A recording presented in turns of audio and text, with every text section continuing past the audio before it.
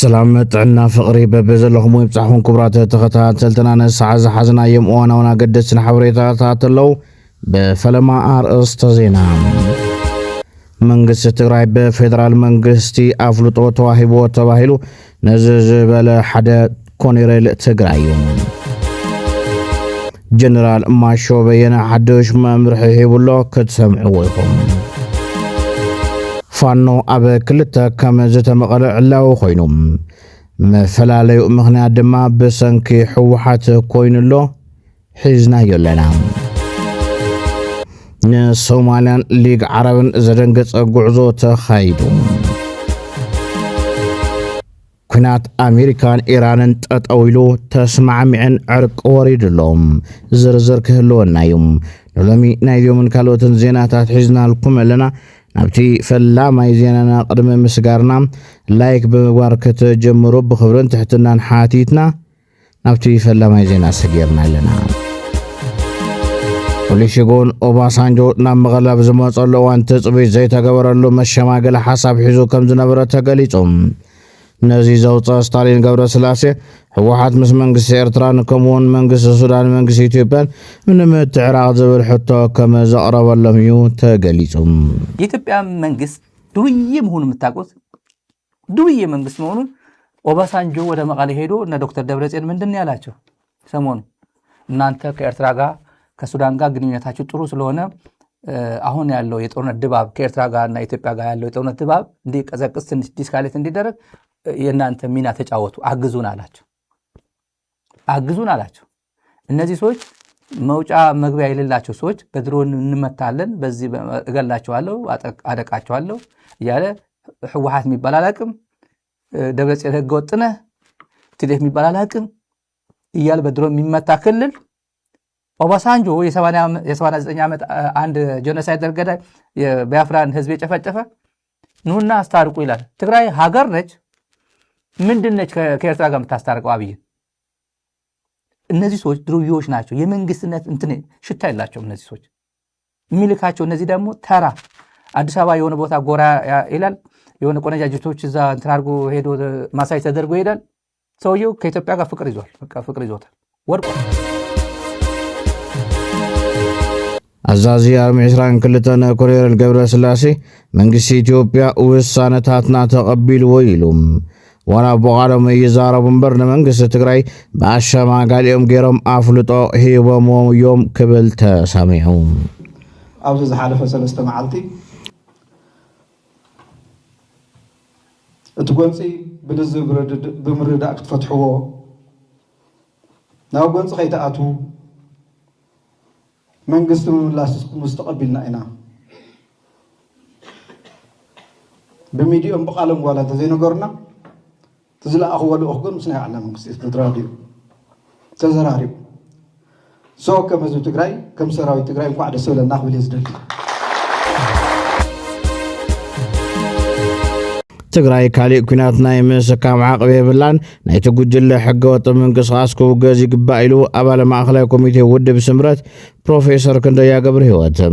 حواحات بزحزوان نتخلنا بداغماي كوينات نمتاو زفتن كوان تخونم حزب تግራይ ግን እዚ ናይ ኩናት ፈተነ ብጽኑዕ ይቃወመሎም ካብዚ ሓሊፉ እቲ ሕገወጥ ጉጅለም ኣብ ዝተፈላለዩ ከባብታት ብሓይሊ ወታደራዊ ግፋብ ምክያድ ኣብ ልዕሊ መናእስያት ከቢድ ሳዕቤን የውርድ ከም ዘሎ ገሊጹ ፌደራላዊ መንግስቲ ነዚ ናይ ሰላም ውዕል ንምሕላው ዘርአዮ ልዑል ዓቕሊ ዝናድ ምዃኑ ብምጥቃስ ክልል ትግራይ ቅድሚ ዓመታት ብዝነበረ ኩናት ካብ ዝበፅሖ ማሕበራዊ ቁጠባዊ ድኽነት ገና ከይተገላገለ ካሊእ ሓዱሽ ግጭት ናይ ምስካም ዓቕሚ ከም ዘይብሉ ኣገንዚቡሎም ውሽጢ ዓዲ ባንዳታት ናይ ወፃኢ ባዕዳውያን ፀረ ሰላም ሓይልታትን ሰላም ኢትዮጵያ ንምፍራስ ጽምዶ ብዝብል ጥምረት ናይ ክሕደት ምንቅስቓስ ይገብሩ ከም ዘለዉ ይጠቒሱ እዚ ናይ ጥፋት ምንቅስቓስ ዞባዊ ሰላም ዘዘርግ ስለ ዝኾነ ዝተፈላለዩ ሃገራት መንግስታት ዞባውያን ኣጉራውያን ዓለም ለኻውያን ትካላት ከምኡውን መሻርክቲ ልምዓት ብሓባር ክኹንውን ጽኑዕ ቅዋም ክሕዝሉን ፃውዒት ተቕሪቡ ዓለም ለኸ ማሕበረሰብ እቲ ናይ ሰላም ውዕል ንህዝቢ ትግራይ ዘምፅአሉ ዕረፍቲ ንምቕፃል ናይ ውዕል ደገፍ ክገብር እውን ፃውዒት ሂቡሎም بسنك زحلف خوينا تفطر قدعتات ون ملؤ بملؤ كفتح زلوان بمليس كامهنات بالمعادن باهقراو عرقن طرح كخون كم زقباء مقلاص إيزيئا صبصبوم بتصرار دمام بمرحنة تግራይ በትግራይ ንዝተፈጸሙ ሽግራት ካብ ዝሕተቱ ሓደ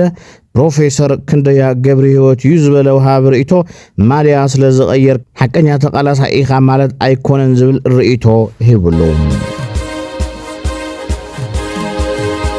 መንግስት ኢትዮጵያ ዘሰልጥኖም ዘሎ ዕጡቃት ተጋሩ ዕጡቅ ኣብዚሕኻነ ንባዕሉ ናይ ምትኳስ እምበር ንትግራይ ዝረብሕ ፖለቲካዊ ዕላማ የብሉን ተባሂሉ ጆሃር ክገልጾ ከለና ኣብይ ከመይ ገርገልጽዎ نتقرأ شعير حزن تزعت تسي تقرأ بسلام أي محضرون عطق فتر يب تقرأ وني هذي كم مفترون زلية مثلاً مغنياتهم بتنسم زبهجو وتساق علم تزعتوا قصتم عطقات فكرتوا خفيلهم يوم قواقو بحجم من دليلتهم فلتي مغنياتهم فلتي على ما يكون أنت توبيلهم جميرهم كل صراحة ما هذي أو تلا أخت من لهم ما أنت هيجروا له مسلكه أو حدا دفع حد رقلعه ريان تنبيرنا لك جميرهم من يوم أنت صحافة فيتر إندها أبيهم وناقبر يختصل. هو كالي أبي بهجي كليريو. تفحيخو مقالة ويجزع أنت أتي تم عتقاس بحالي أتومو كالي عتقون بتحد سايده اللي تجري أبزي زارن أبزي يقارن كوينات تأتو نتوم حيل سلامون هذي كوسي ناس كيه اللوم كويس جبر زلوا. هو تودي هو مقاس حدا حيل خوينا مس وحن نقول أنصاره نخيل لعلوه تهدي علم في الليل بعلو يبدأ بجير إمتى. ذاتي. لازم بخالي قص جنرال ماشو بينا بزودة بزاس معمدر أبقون نبي أحمد نزلوا تجارو نك على صلوان حزيلهم. بلسقنا جمر كايو زي فتسم كايو جنسايد نعهز فتسم. أو قلنا خلنا. حزب تجراي نمن بركاه. عندهم سراوت كين ناون. ناي بوليتيكا ناي بروباغاندا سرحتون كدمج بار كين ناون. كن حجز كائن عيلهم نتوت تقالش نالو زولو وحزبي يتشفشف كولو خيلهم يعني قدم كولو نداد عصو من قد عصو باجت سرحتنياتات منقستي مجزا قرشهم كالكلو إلمون عبي ممخر زكايديو سلازي اتنكايدو زلنا قالسي أبتحتي خمدي زبلن كمدي ولا أكلات زلووني هذه أبتقرأي بستفترة خناتات بزر رأي زلو كل طفات لوطات ناي منجستي مملاس سرحتي ناي هزو ركباتن سرحتي متنخارن ناي سراوتنا عقمو خاو جزيه ناو جزيه متنخارن كل ما داو مدلوات معباين ازياتهم ناتقور وخيدم يوم أبو تقرأي حيل يلن زبل زنابرة فقرهم أبزوان سراوي تقرأي إنه هنات يدارو اللو مبال علم لخ ميدياتات يخصون جيزي قزون اللو زبل جنرال ماشو وغن تقرأي جن انتس بدردر انتس بخوينات امامنا كيف تسام قدن كبل ممرحي أوريد اللهم انتاي كا أجندهم كيرم نعبلوه نعقد كتوه حيلي يولون تبتين نيرو زول وزنورها تقرأي طورنا تبكرواخ جمري يايلهم نال جزيرة ممحسان جميرهم الله أبا سنجد ما ليهم جزي خجزو لعلن تحت المبال جميرهم الله أزي نحنا ونردون فلتانيا نايسرا واستراح لوخ نمفتسام نوقع مدلاوني سراوتنا زحازو من قدي عطنا خيرون تغطيلو حالوات دحننة هزب تقراي زرقا قصلو متشوان هزيو انتس بسلامة من قدي انتس تقددنا بالناتو كوينات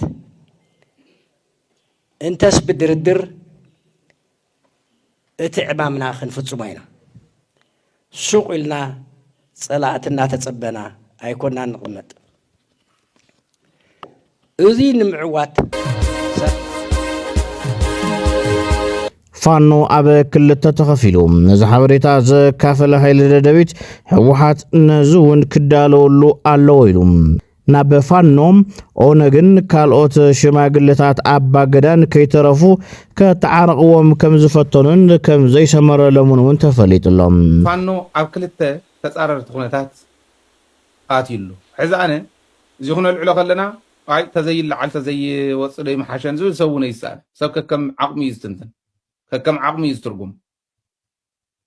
ኣነ እንትንገር ይሓይሽ ባህል እየ ንምንታይ መራሕትና ደቀስ ስለ ዝኾኑ ባዕብራ እንተኮይኖም እንተርእዮም ተዘይንገር ይሓይሽ ንዕኦም እንተዝንገሮም ፋኖ ኣብ ክልተ ምርኣይ ሕጂ ኣነ ግዜ ተለዋዋጣ እዩ ስለዚ ኣስተውዒልካ ምውሳን የድሊ ዝብል ዝነግረን ሓሳብታ እዩ ዝብል ነቲ ማሕበረሰብ ተነጊረዮ በብመድረኹት ማሕበረሰብና እንዳልዓሎ ክኸይድ ናይ ሰልፊ ኮንፈረንስ ነይርዎም እቶም መራሕቲ ድሓር ኣብ ክልተ ተኸፊሎም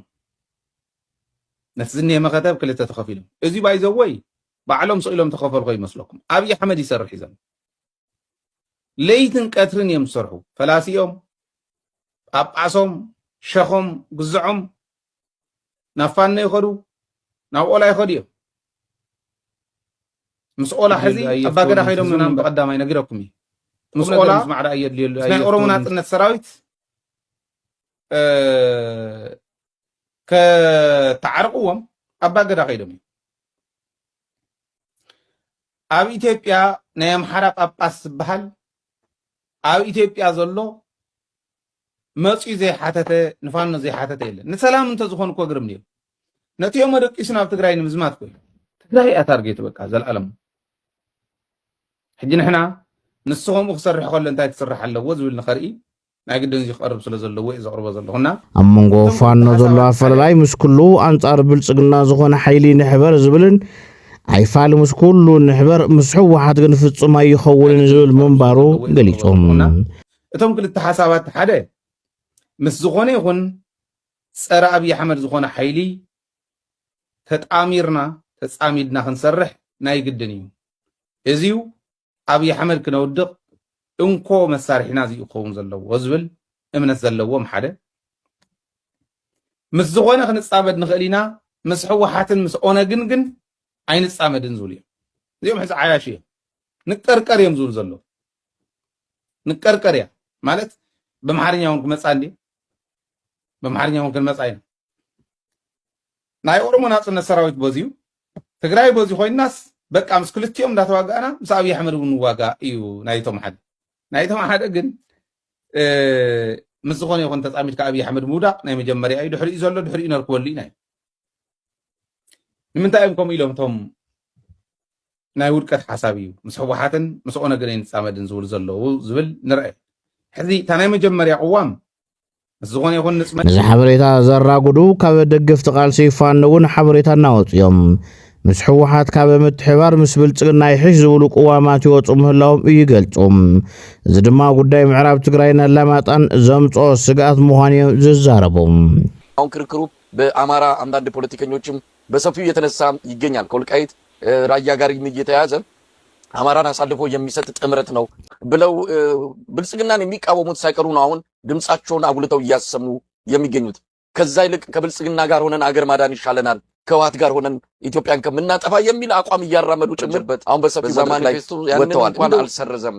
ለአማራ ህዝብ በጠቅላላውም ለኢትዮጵያ ህዝብ ትልቅ አደጋ የነበረ አሁንም አደጋ ሆኖ የሚጠቀስ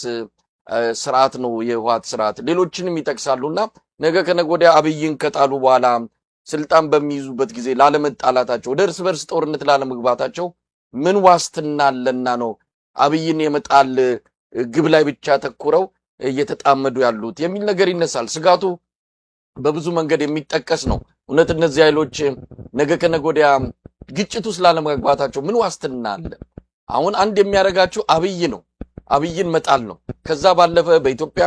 የታሪክ አረዳድ ላይ በኢትዮጵያ ታሪክ ላይ ያላቸው ቁመና የተለያየ ነው እነዚህ የተለያዩ ኃይሎች የማይስማሙ ኃይሎች እንትናም ጌታቸው ረዳም በአንድ ቃል መጠይቅ ላይ ገልጾታል እሳትና ጭድ ናቸው ነው ያለው እነዚህ ኃይሎች ተባበሩ ቢባል ነገ ከነገ ወዲያ አብይ መውደቁ አይቀርም በአንድም ይሞላል። እነዚህ ኃይሎች ኢትዮጵያን ያድኗታል።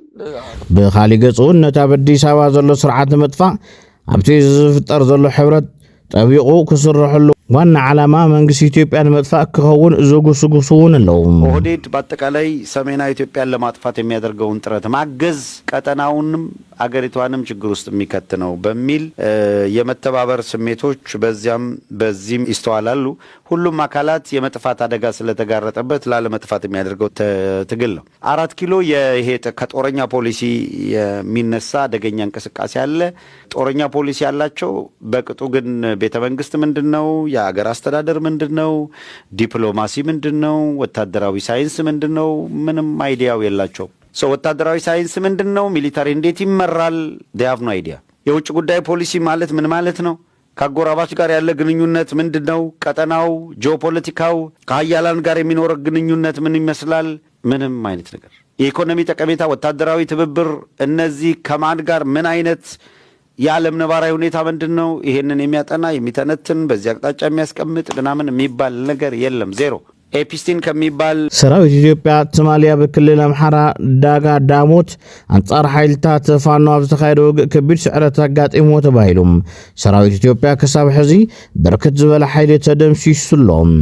ብርክት ዝበሉ ሰራዊት እውን ከም ዝተማረኹ ኣብ ተንቀሳቃሲ ምስሊ ይርአ። በቃ የምርኮኛ ወግ እንደዚህ ነው። ሻለቃ ስንተኛ ክፍለ ጦር ነህ? 22ኛ ክፍለ ጦር ነህ? ቀና በለጃት ቀና በል። እኔ ነኝ የተቀጣ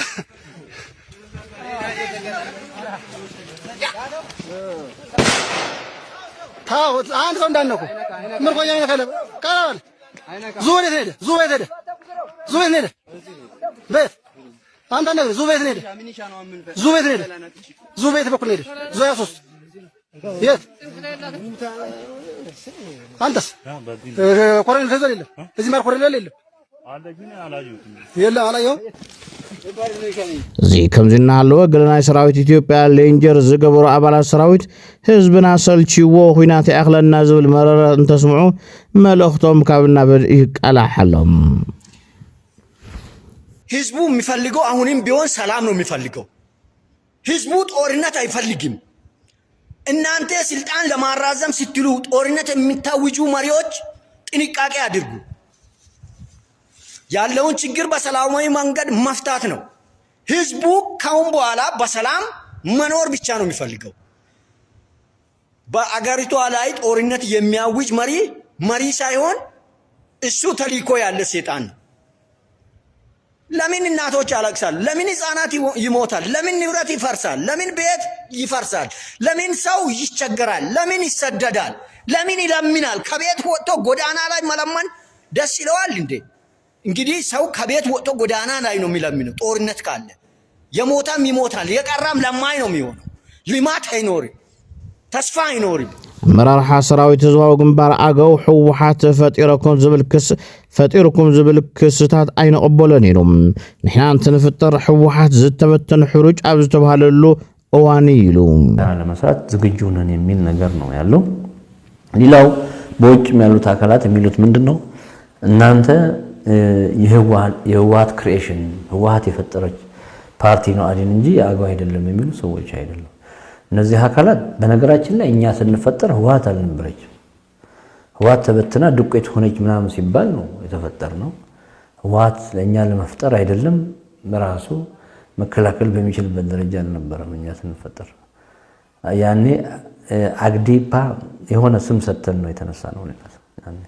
35 40 ምናምን ሆነን ስንንቀሳቀስ ደቡብ ትግራይ ላይ ህወሓት አልነበረም። ያኔ ህዝብ እንደ ህዝብ ተስፋ ቆርጦ የነበረበት ሰዓት ላይ ነው እኛ ተስፋ ይዘን የተጋን የነበረን ምንድነው? ህወሓት ብትጠፋ አሁን ያለው ጦርነት ህዝባዊ ጦርነት ስለሆነ የሆነ ፓርቲ ሊመጣ ይችላል፣ ከሱ ፓርቲ ጋር ተባብረን እንታገላለን። ያኔ የትግራይ አመራሮች የዞን የወረዳ አመራሮች ተስፋ ሲቆርጡ እኛ ያልቆረጥንበት ነው። ይሄ የደቡብ ህዝብ ያውቋል፣ ደቡብ ትግራይ ህዝብ ያውቋል በደንብ።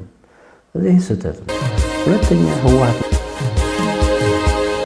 ንሶማሊያን ሊግ ዓረብን ዘደንገጸ ጉዕዞ ተኻይዱ ፕሬዚደንት ሶማሊላንድ ዓብዱራሕማን መሐመድ ዓብዱላሂ እስራኤል ኣትዮም እዚ ድማ እስራኤል ኣብቲ ዝሓለፈ ዓመት መወዳእታ ኣዋርሕ ኣቆጣፅራ ኣውሮፓውያን ንሶማሊላንድ ኣፍልጦ ሃገርና ድሕሪ ምሃባ ዝተገበረ ፈላማይ ጉዕዞ እዩ ሶማሊላንድ ምስ እስራኤል ስትራቴጂካዊ ዝምድና ኣብ ምህናፅ ትርከብ ኮይና ንሶማልያን ሃገራት ሊግ ዓረብን ዘደንገጸ ጉዕዞ ኮይኑ ተረኺቡሎም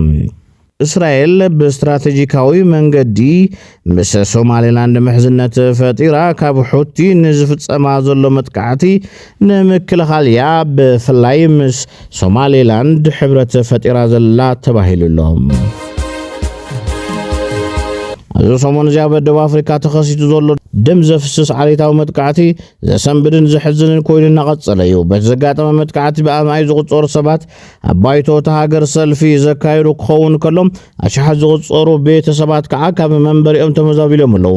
እቲ መጥቃዕቲ ንህይወት ብዙሓት ሰባት ዘጥፍኦ ኮይኑ ካብቶም ዝሞቱ ውልቀ ሰባት ኣብ ውሽጢ እቲ መጥቃዕቲ ህይወቶም ዝሰኣኑ 5 ኢትዮጵያውያን ከምኡውን ኣብ ሞሶልበይ ዝተባሃለ ቦታ ዝቐትሉ 5 ሞዛምቢካውያን ይርከቦም